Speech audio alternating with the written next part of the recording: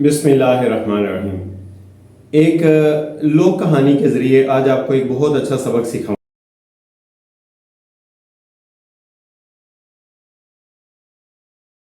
گا۔ ایک گاؤں میں ایک نبینہ حافظ رہا کرتا تھا، جس کو لوگ حافظ ہونے کی وجہ سے اور نبینہ ہونے کی وجہ سے اس کی مدد کر دیا کرتے تھے اور اس کو کچھ پیسے دے دیا کرتے تھے۔ وہ ان پیسوں کو جمع کرنے کا اس کو لالچ پڑ گیا۔ لالچ بہت بری بلا ہے، یہ ہم بچپن سے پڑھتے آ رہے ہیں، لیکن اب یہ لالچ اس کو کس حد تک لے جاتا ہے آپ اس کو دیکھیے گا۔ اور اس کے بعد آج کے دور میں جو لوگ ہیں، ہمارے حکمران ہیں یا دوسرے لوگ ہیں جو پیسے کا لالچ کرتے ہیں، ان کا جائزہ لیں گے۔ اب ہوا یہ کہ اس حافظ کو جو پیسے ملا کرتے تھے، وہ ان پیسوں کو، اس زمانے میں بینک تو نہیں تھے، تو وہ ان پیسوں کو جمع کرتا تھا ایک قبرستان کے اندر، ایک پرانی قبر کے اندر جا کے چھپا دیتا تھا۔ اب وہ اس کا طریقہ اگر یہ تھا قبرستان جانے کا کہ وہ رات کے ٹائم جاتا، جب سارا گاؤں والے سو جاتے، دیہاتوں میں آپ کو پتہ بجلی نہیں ہوتی، تو لوگ شام ہونے سے پہلے اپنے اپنے گھروں میں چلے جاتے ہیں۔ تو آدھی رات کے وقت اس حافظ نے وہاں سے اپنے گھر سے نکلنا اور قبرستان کے پاس ایک کچی نالی بہتی تھی، اس نے اس نالی کے پاس جا کے تو آواز دینی، جان بوجھ کر آواز دینی کہ کوئی مجھے دیکھ رہا ہے، کوئی سن رہا ہے میری آواز، تو مجھے یہ نالی پار کروا دے۔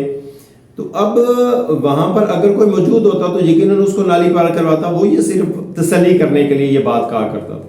جب اس کو تسلی ہو جاتی کہ اس کی بات کوئی نہیں سن رہا، اس کی آواز کسی نے نہیں سنی، تو اس کے بعد وہ نبینہ اس کو نالی کو پار کرتا، قبرستان کے اندر جاتا، پھر قبر میں جا کے وہ پیسے چھپاتا اور واپس آ جاتا۔ اس طرح کرتے کرتے اس نے کافی پیسے قبر میں جمع کر لیے۔ ایک رات ایسا ہوا کہ گاؤں کا جو چودھری تھا وہ بھی نکلا ہوا تھا کسی کام سے، یا دیر سے واپس آ رہا تھا، تو اس نے دیکھا کہ آدھی رات کے وقت حافظ صاحب کہاں جا رہے ہیں۔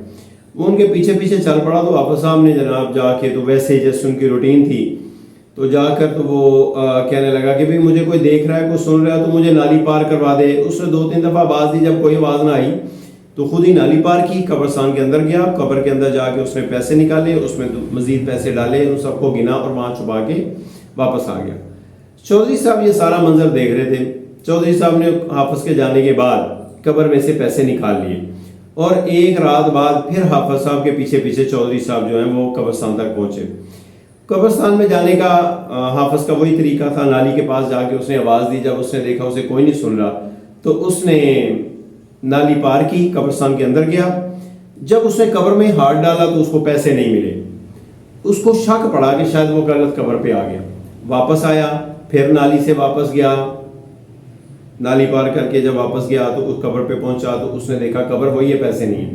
لیکن پھر اپنے ذہن کو تسلی دینے کے لیے، دل کو تسلی دینے کے لیے وہ واپس آیا۔ تیسری دفعہ جب اس نے کوشش کی اور اسی قبر پہ پہنچا اور پیسے نہیں تھے تو اس کو ہارٹ اٹیک آ گیا، وہ وہیں گر گیا۔ تو چودھری نے اس کو آواز دی، حافظ صاحب گھبرانا نا، آپ کے پیسے میرے پاس ہیں۔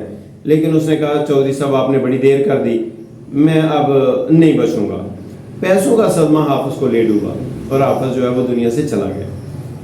جب اس کو دفنایا گیا تو چودھری نے وہ پیسے بھی اس کی قبر میں دفنا دیے جو اس نے اس کی قبر سے نکال رکھے تھے، جہاں وہ چھپایا کرتا تھا۔ اب حافظ کی قبر میں وہ پیسے بھی ساتھ ہی دفن کر دیے اور حافظ صاحب کو بھی، اور وقت گزرتا رہا۔ کچھ عرصہ جب بیتا تو چودھری کے اوپر کوئی تنگ دستی کا عالم آ گیا، اور چودھری نے سوچا کہ کسی سے پیسے مانگوں گا تو بری بات ہے، بے شرم، شرم کا جو ہے تقاضا وہ یہ ہے کہ میں کسی سے پیسے نہ مانگوں، عزت دار آدمی تھا۔ اس نے جناب کیا کیا کہ سوچا یہ کہ وہ جو حافظ کی قبر میں پیسے ہیں میں وہ نکال لیتا ہوں۔ وہ جب گیا تو اس نے جا کے حافظ کی قبر کھودی تو کیا دیکھتا ہے کہ وہ جو کوائنز تھے، جو سکے تھے، وہ سارے اس میت کے جو ہے نا وہ جسم کے اندر جگہ جگہ پیوست تھے، چبھ چکے تھے، اس کے اندر کھبے ہوئے تھے، پینیٹریٹ کر چکے تھے، یوں سمجھ لیں۔ اب اس نے یہ سوچا کہ یہ پیسے میرے لینے کی قابل تو نہیں، لیکن بس ایسے ہی اس نے بے خیالی میں ایک سکے کو انگلی لگائی۔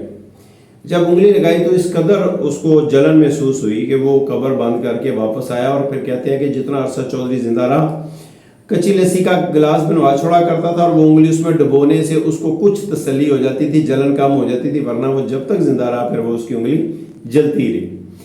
یہ تو ہے ایک میں بھی لوک کہانی ہو، میں بھی سچی کہانی ہو، لیکن اس میں ایک اخلاقی سبق تو ہمارے لیے موجود ہے۔ وہ یہ کہ یہ جو لوگ مال جمع کرتے ہیں، جیسا اللہ تعالیٰ قرآن پاک کی سورۃ توبہ میں فرماتے ہیں کہ جس کا مفہوم ہے کہ یہ جو لوگ مال جمع کرتے ہیں اور اینٹ اینٹ کر اس کو رکھتے ہیں، یہ سونا اور چاندی تپا کر ان کے سینوں میں، ان کے جسموں میں چبو دیا جائے گا قیامت کے دن، جب کہ وہ اس حالت میں ہوں گے کہ وہ اپنی بچت بھی نہ کر سکیں گے اور دوبارہ دنیا میں بھی نہ آ سکیں گے۔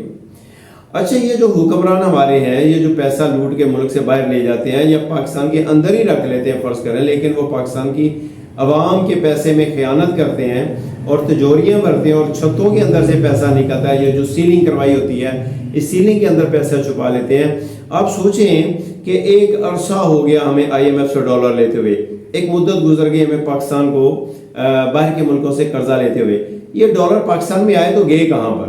ہمیں تو کہیں نظر نہیں آتے، نہ بینکس میں ہیں، نہ انٹرچینج کمپنیز میں ہیں، اور نہ لوگوں کے پاس نظر آتے ہیں، اور نہ ہی اس کی قدر و قیمت کم ہوتی ہے، کیونکہ قدر و قیمت تو اس کی کم ہوتی ہے جس کی مقدار بڑھ جائے، رسد جس کی بڑھ جاتی ہے۔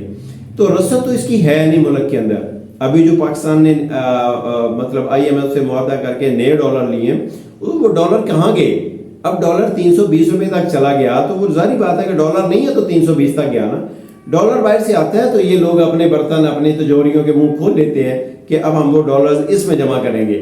وہ پاکستانی عوام پر نہیں لگتے، قرض عوام پاکستان پر چڑھ رہا ہے، لیکن تجوریاں ان عمراء کی، ان اشرافیہ کی، ان حکمرانوں کی بڑھ رہی ہیں۔ تو بات یہ ہے کہ جتنا مرضی پیسہ اکٹھا کر لیں، رہ تو اس دنیا میں جانا، اور خاص طور پر ان لوگوں کے تو کسی کام بھی نہیں آنا جنہوں نے پاکستان کا پیسا چوری کر کے ملک سے باہر رکھا، کیونکہ وہ حکومتیں کسی بھی وقت ایک بھی قانون بنا کر وہ سارا پیسہ ان کا ضبط کر سکتی ہیں، بلیک منی کر سکتی ہیں، کسی بھی طرح وہ پیسہ ان کا ضبط کر سکتے ہیں، وہ ان کے کام بھی نہیں آنا، ان کے بچوں کے کام بھی نہیں آنا۔ لیکن بات کرنے کا مقصد یہ ہے کہ یہ جو پیسے ہیں یہ قبر میں ان کے لیے عذاب بن جائے گا، ان کے جسموں میں چبو دیے جائیں گے، اگرچہ وہ دنیا میں پڑے ہوں گے لیکن بیسیکلی اس کا عذاب یہ آخرت میں بھگتیں گے۔ انصاف کے لیے انسان کے پاس دو ہی جگہیں ہوتی ہیں، یا دنیا کی عدالتیں اور یا پھر اللہ تعالیٰ کی عدالت۔ اگر انسان کو دنیا کی عدالت میں انصاف نہ ملے تو یہ نہ سمجھیے کہ وہ انسان جو وہ بے باس اور لاچار ہو گیا اور وہ جناب ختم ہو گیا، نہیں، بلکہ وہ امید لگا لیتا ہے اپنے اللہ تعالیٰ سے کہ مجھے دنیا نے تو انصاف نہیں دیا، تو اے پروردگار تو مجھے انصاف دیں، اور اس انسان کو انصاف ضرور ملے گا۔ اور یاد رکھیے کہ پوری قوم 24 کروڑ عوام ہے، آپ نے جو پیسہ لوٹا ہے، کھایا ہے، اپنے بچوں کے لیے جمع کیا ہے، یہ 24 کروڑ عوام کی امانت ہے جو آپ کو دینی پڑے گی۔ امانت تو ایک کی بھی ہو تو واپس دینی پڑتی ہے، تو یہ 24 کروڑ عوام کا آپ پیسہ کس طرح سے واپس کریں گے؟ ان کی امانت کیسے لوٹائیں گے؟ یہ سب باتیں قابل غور ہیں۔ اب سے اگلی ویڈیو میں ملتے ہیں۔ خیال رکھیے گا اپنے اس چینل کا اور اپنا۔ السلام علیکم۔